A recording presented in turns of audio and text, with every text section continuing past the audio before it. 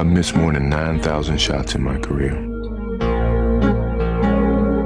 I've lost almost 300 games.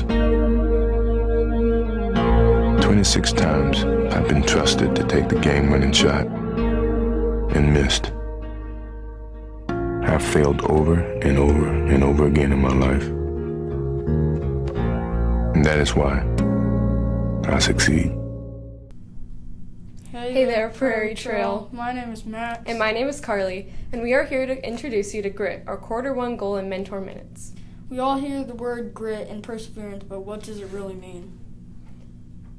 Well, if you're a 6th grader, you've probably already shown a lot of grit this year by getting to know a new school and sticking with things that aren't easy. Like learning how to open your locker. For many of you, it took several times the first few days of school, and now it just comes naturally to you. That was grit. For us 7th and 8th graders, grit starts to come in other ways, such as pushing yourself harder at practice or staying after school to rehearse for musical auditions. Even starting to think about our future shows grit. Grit can be shown every day. As many of you know, we are all individuals.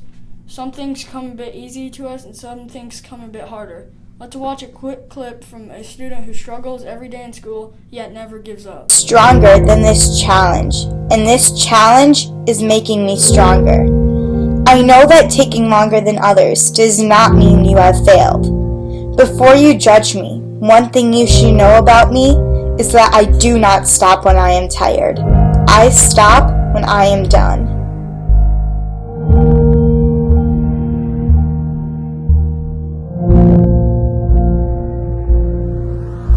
I am Julia Gray, and I believe that test scores do not define you. I rarely get A's on my tests. And I know you probably are thinking that I'm dumb, I'm stupid, that I'm going to go nowhere in life, that I won't get into a college, and you might be asking yourself, why and how is she still even trying? I don't know how, but I do know why. I've stayed after school for hours to finish a 40-question test, because apparently an hour and a half of class time to complete it isn't long enough. I've gone into a special room to get away from noise of where people are flipping test pages before I am. I've had multiple tutors, ever since 1st grade when I was put into what's called a learning lab, which I dreaded going to because it was known as the dumb kid class. Yes, I've cried because homework assignments take me at least 5 times longer than what I call normal students.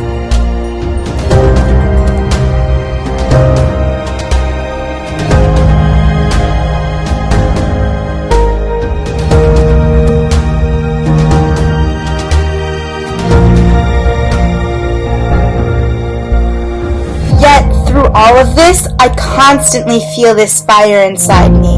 One that almost wants to give up, but also the one that feels like I can't give up now because I have come so far. It's hard because my older sister was a straight-A student in high school.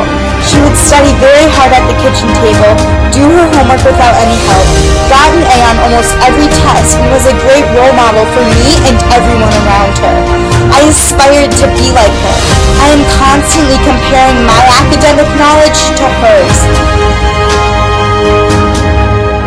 To this day, I always feel like I have to be just as good as her and study just as she does and get A's to make my parents proud.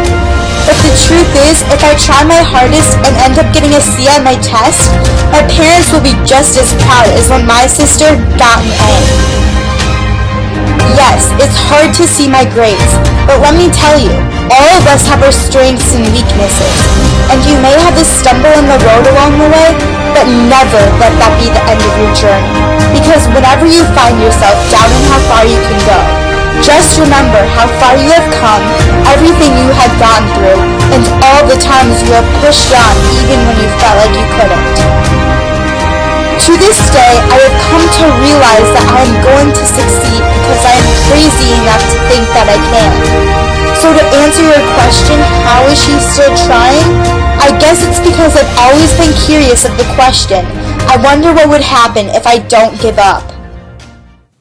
Through all my years, I have come to a conclusion that there is simply no secret to success. I have learned that it is simply the result of preparation, hard work, and learning from failure. I will say it as many times as I need to. Please, don't judge me based on my success. Judge me based on how many times I've fallen down and gotten back up again. Nelson Mandela. Thank you. Did you know that there are also famous people who have shown perseverance throughout obstacles in their lives? Like the kid that got cut from his high school basketball team. Any guesses who that could be? Only the world's greatest basketball player, Michael Jordan. Did you know that Albert Einstein couldn't speak until he was 4 years old, and his teachers didn't think he would amount to much? And Walt Disney was fired from a newspaper for lacking imagination. All of these people chose to persevere through difficulties and not give up. I challenge you now to think of a time that you were at the bottom of Confusion Mountain, yet showed persistence and stuck with it. Go ahead and pause the video to share a few of those things out now.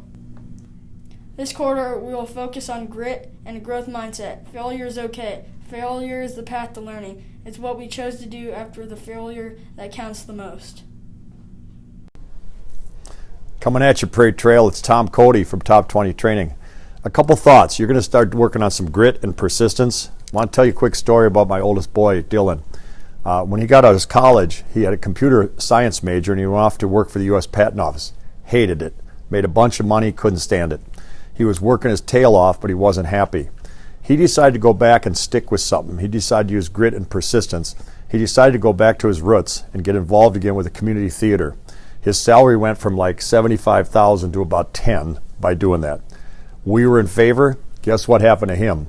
There he met a guy that knew a guy that knew a guy, and now Dylan's persistence and grit have gotten him onto Broadway. He's working in the theater. He's doing Mean Girls on Broadway, and he's only there because he had the guts to stand up and try to chase his dream. That's what grit is. Have a great year.